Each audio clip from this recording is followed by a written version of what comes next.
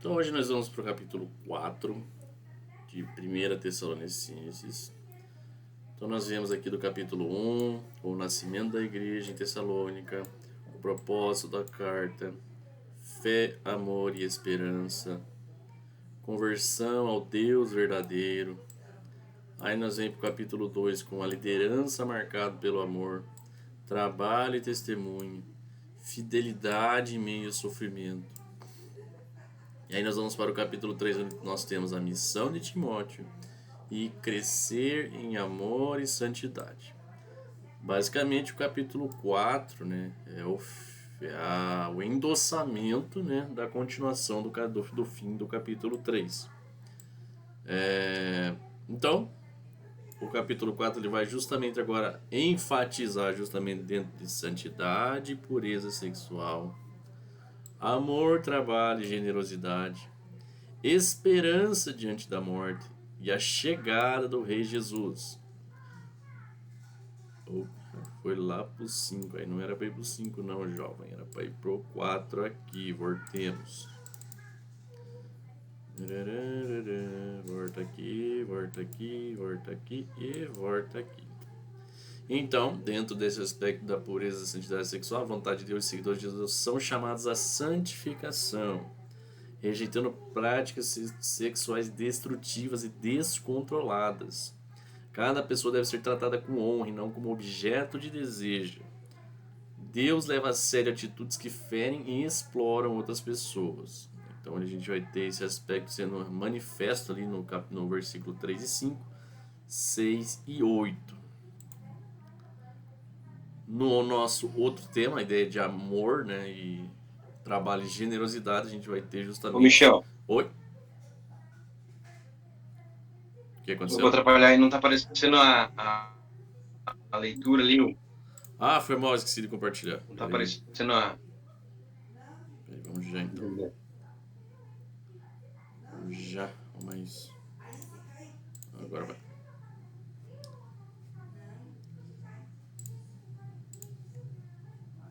Agora deve estar aparecendo. Tá aparecendo? Não? Deixa eu dar um pause na gravação, senão fica... Oi? Então, seguindo. Agora estamos 100%. Tá funcionando. Beleza. Amor, trabalho e generosidade, justamente essa ideia do amor fraternal entre a igreja, entre os irmãos, o cuidado mútuo.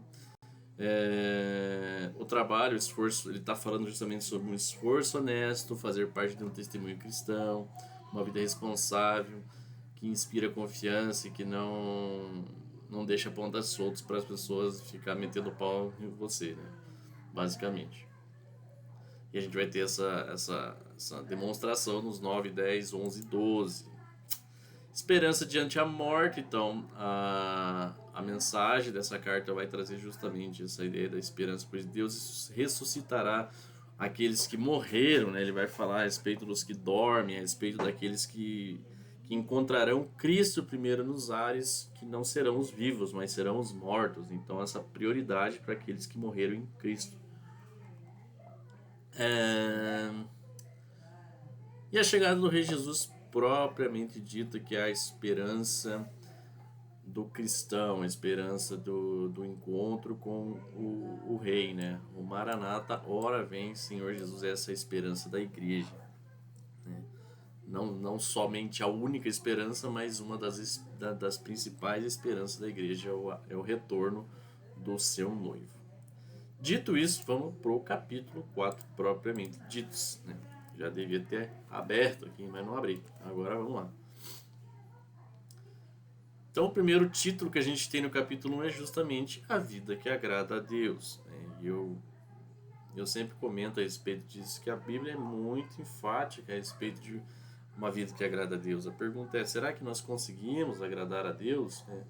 Se a Bíblia nos instrui a respeito disso, é um entendimento que sim, é possível agradar a Deus, é possível dentro das nossas limitações, dentro da obra de Cristo, através da obra de Cristo nas nossas vidas, nunca por um esforço próprio, nunca por uma individualidade, nunca por uma disciplina, mas sim pelos méritos de Cristo, por Cristo e na força do seu poder, né? É possível sim que o homem agrade a Deus, né? E isso é muito explícito na palavra, sobre o que efetivamente agrada a Deus, né? Não é sobre o que eu quero fazer para agradar a Deus, mas é sobre o que Deus diz que quer para ser agradado, né? Então não é eu querendo inventar a roda, não é eu querendo surpreender Deus com um bolo que ele nunca comeu na vida, mas é simplesmente surpreender Deus no simples, surpreender Deus naquilo que ele já pediu para a gente fazer. Eu acho que a grande surpresa de Deus que Deus tem com o homem é quando o homem o obedece, né? Então, acredito que é essa a dinâmica, né? Não é sobre fazer coisas grandiosas, mas é sobre fazer o simples. Finalmente, irmãos, pedimos a vocês e os exortamos no Senhor Jesus, que assim como aprenderam de nós a maneira como deve viver e agradar a Deus e efetivamente o estão fazendo, vocês continuem progredindo cada vez mais. Então ele está trazendo não só um aspecto de obediência, ele não está trazendo somente um aspecto de pessoas que ouviram, alguém que praticavam, né? Eles viram o testemunho de Paulo, eles viram o testemunho de Silas a respeito de quem da maneira como eles se portavam, da maneira como Jesus atuava na vida deles, mas eles também efetivamente viram neles e eles estavam fazendo. E o desejo de Paulo era justamente que eles não só parassem, né, no status que eles estão, né, que eles não somente estagnassem, né, naquele lugar do que eles já estavam fazendo, mas ele está falando justamente de uma progressão. Vocês continuem progredindo cada vez mais e mais, porque a santidade ela tem esse aspecto, né? Quando eu acho que eu já não estou errando mais aqui, Deus vai começando a clarear ainda mais a origem e a raiz do pecado. Ele vai mostrando, você não está realmente nesse pecado, você não está caindo mais. Mas você ainda continua nessa mesma linha de pecado, você ainda continua pecando aqui. E conforme vai passando o tempo, vai passando a luz, a palavra de Deus vai nos revelando, o Santo Espírito vai nos guiando e nos mostrando, né, o quão pecadores nós somos e o quão não merecedores do perdão de Cristo nós somos. Porque à medida que vamos caminhando, vamos percebendo que nós deixamos os pecados, vamos dizer, os pecados escancarados lá atrás, mas ainda existe o pecado propriamente dito em nós. Existe ainda essa natureza caída que nós lutamos dia e noite contra ela. Porque vocês sabem quantas instruções demos a vocês a respeito da parte de Jesus, ou seja, não foram poucas, né? É um entendimento de que aquele que instrui não deve ser limitado na instrução, ou seja, eu já falei 1, 2, 3, 5 vezes, mas é uma quantidade a mais de sempre estar preocupado, de entender que se ser repetitivo, né, ser falante a respeito de um determinado assunto não é ruim, porque é de vera importância. A palavra vai entrar no coração, a semente lançada vai encontrar a terra fértil. Pois a vontade de Deus é a santificação de vocês. Por que a palavra é lançada insistentemente? Por que a palavra manifesta insistentemente a toda criatura? Para que a vontade de Deus é a santificação. Pois a vontade de Deus é a santificação de vocês, que se abstenham da imoralidade sexual. Que cada um de vocês saibam controlar o seu próprio corpo em santificação e honra, não com desejos imorais como gentios que não conhecem a Deus. Então aqui ele basicamente está separando um povo de outro povo. Ele está falando de pessoas gentias que não conhecem a Deus. Ou seja, ele está falando de uma cultura local, de uma cultura caída, de uma cultura que não é a cultura do reino, mas é a cultura do mundo. Uma cultura que prevalece sobre o desejo da carne, que prevalece a minha vontade, não a vontade de Deus.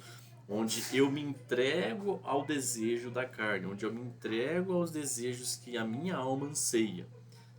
E dentro desse aspecto, como a gente já comentou, né, a gente está falando de uma cultura greco-romana, um lugar onde a imoralidade sexual não era um bicho de 7 cabeças.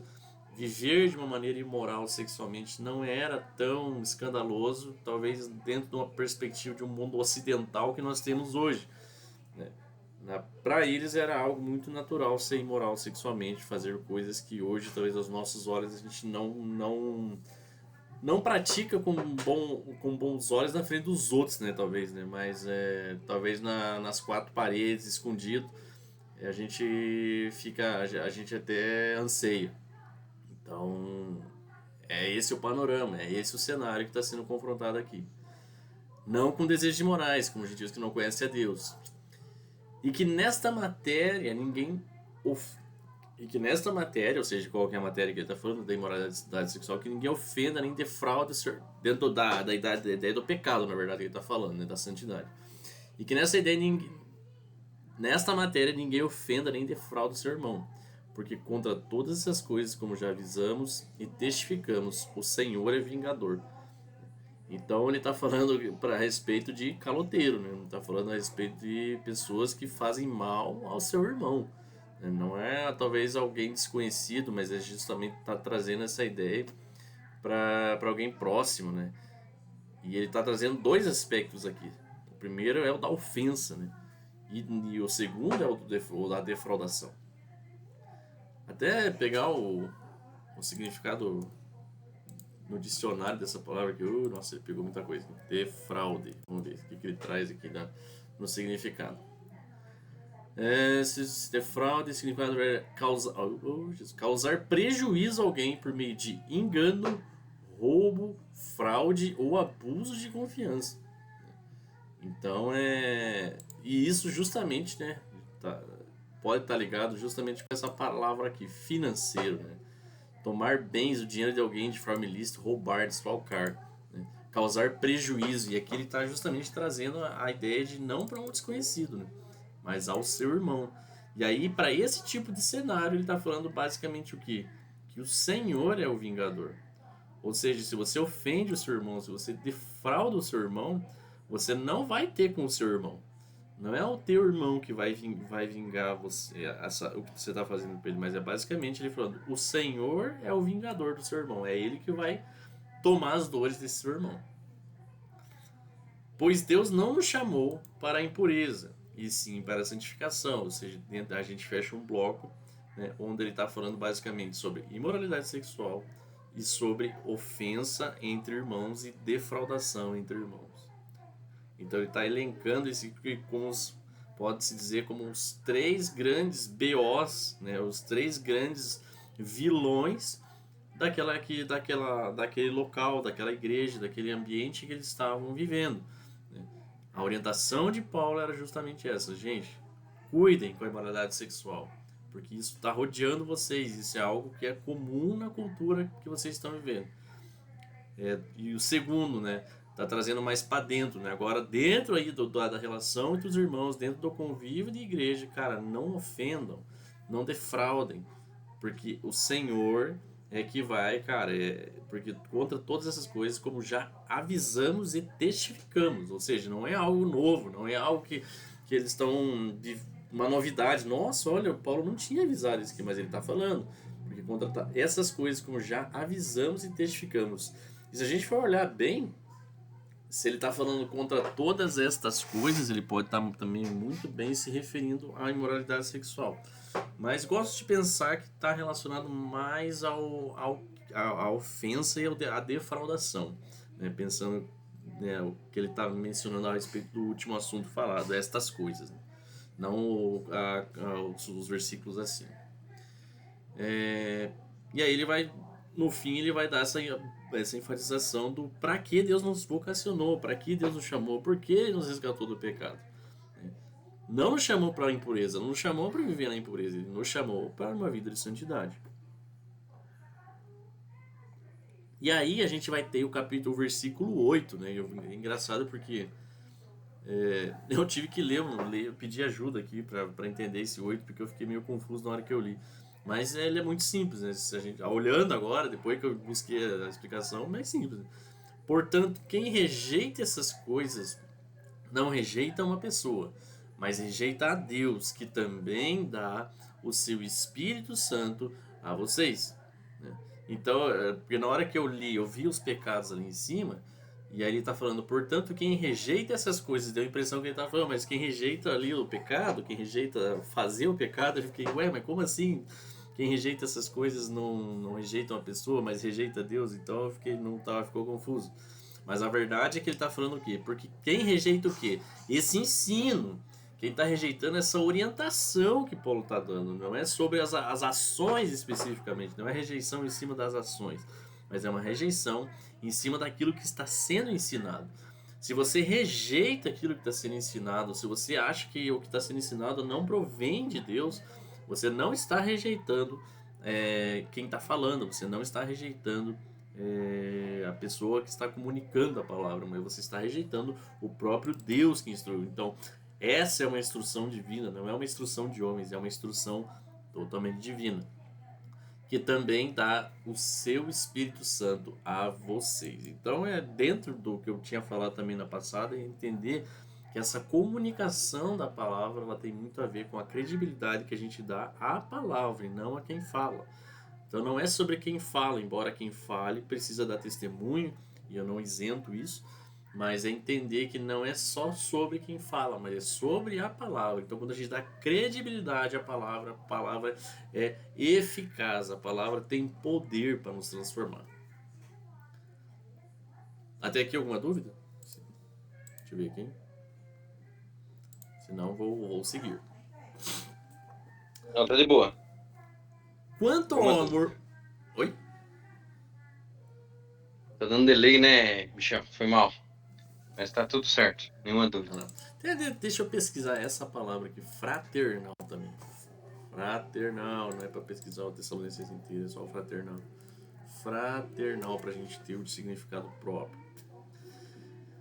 Relação entre irmãos, o que liga ao parentesco, à convivência de irmãos. Fraternal, adjetivo que significa aquilo que é relativo a irmãos, o próprio de irmãos ou de que demonstra afeição, amizade e benevolência. Então, fraternal está justamente ligado a uma relação familiar, está ligado a uma relação próxima, íntima. Não é uma relação longe, né? Mas é uma relação próxima. Então, o que ele vai começar a falar? Quanto ao amor fraternal, ou seja, o amor que você tem pelas pessoas próximas, não há necessidade que eu lhes escreva. Olha o que Paulo está falando, e mesmo assim está escrevendo. Quanto ao amor fraternal, não há necessidade, gente. Eu não preciso dizer que você precisa amar teu irmão. Eu não preciso dizer que você tem que fazer pelo teu irmão, que você tem que ser benigno, você tem que ser generoso. Cara, não há necessidade, porque vocês mesmos foram instruídos por quem? Por Deus, amar uns aos outros. Então a instrução de Deus já deveria ser suficiente para que nós fizéssemos aquilo que Deus pediu. Eu não precisava que alguém chegasse e falasse: ô cara, você precisa amar o teu irmão, ou você precisa amar a tua esposa, ou você precisa amar as pessoas que estão à sua volta. Não, cara, Deus já disse que a gente deveria fazer isso. A instrução divina deveria ser suficiente e Paulo está reforçando isso, falando: cara, não há necessidade que eu lhe escreva isso de novo. E na verdade, mas já logo que ele falou isso, ele também está falando, ó, cara, mas na verdade vocês já estão fazendo isso em relação a todos os irmãos em toda a Macedônia. Porém, irmãos, exortamos vocês a que progridam cada vez mais. E que a gente tem a palavra exortação. Exortação é encorajamento. Eu sempre explico esse texto aqui, porque durante muito tempo eu também não sabia. Então a exortação ela tem um aspecto de encorajamento, né? Como a gente viu, ele está exortando a que progridam cada vez mais, ou seja, ele enfatizou, falou: cara, não precisa escrever a respeito do amor de Deus, porque Deus já falou, e vocês estão praticando isso muito, muito bem, né? Não somente em Tessalônica, mas em toda a Macedônia, porque a Macedônia era como se fosse o Paraná e a Tessalônica é como se fosse Curitiba, vamos supor. Então o que ele está falando é que não só em Tessalônica vocês estão manifestando esse amor fraternal que Deus pediu, mas em toda a Macedônia, ou seja, era um amor que estava irradiando de dentro da igreja para fora. Mas ainda assim ele estava justamente encorajando ao quê? A progressão, progridam cada vez mais, sem contar lá em cima, né?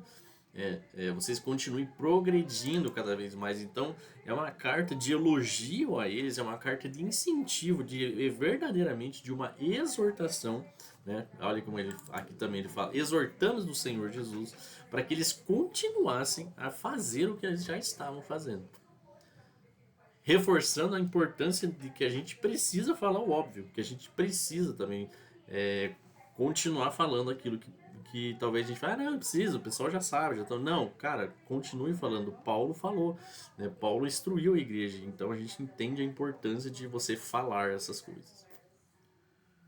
Então por isso que às vezes a gente fala, pô, mais uma vez, estou ouvindo isso, mais uma vez. Dê graças a Deus por estar ouvindo mais uma vez a respeito da palavra.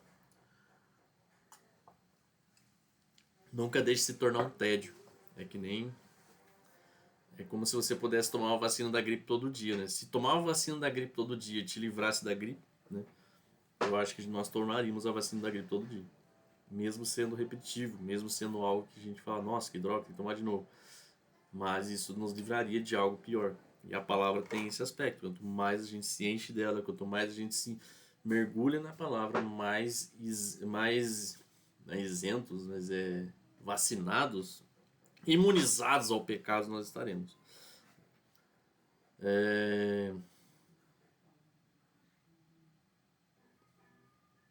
E se empenhem por viver tranquilamente, cuidar do que é de vocês e trabalhar com as próprias mãos, como ordenamos, para que vocês vivam com dignidade à vista dos de fora e não venham a precisar de nada.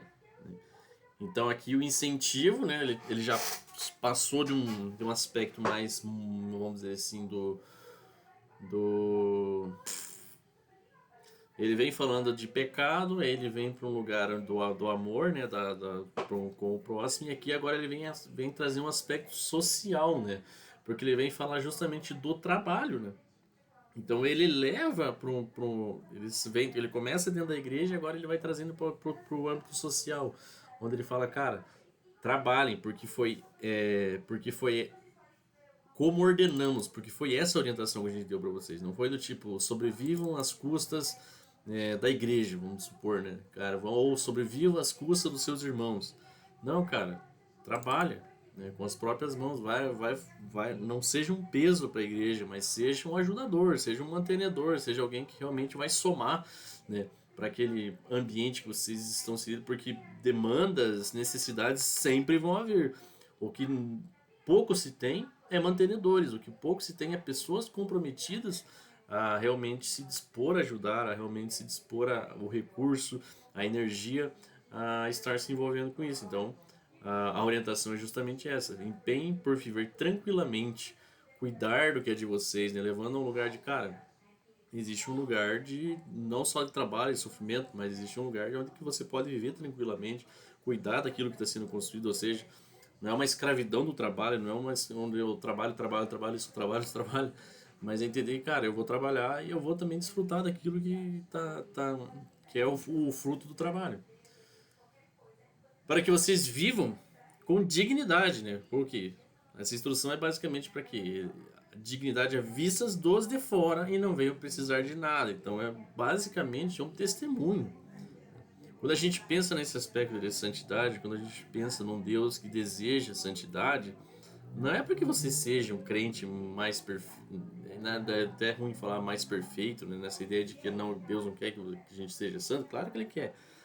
Mas não é um narcisismo onde eu vou olhar, nossa, como eu tô santo hoje, nossa, Jesus deve estar me achando lindo. Mas é na perspectiva não de eu olhar para eu mesmo, mas é na perspectiva de que Cristo seja manifesto às outras pessoas, porque a ideia é justamente essa, de pessoas transformadas, manifestando o amor de Cristo, manifestando a transformação de Cristo a outras pessoas. Nunca é só sobre nós.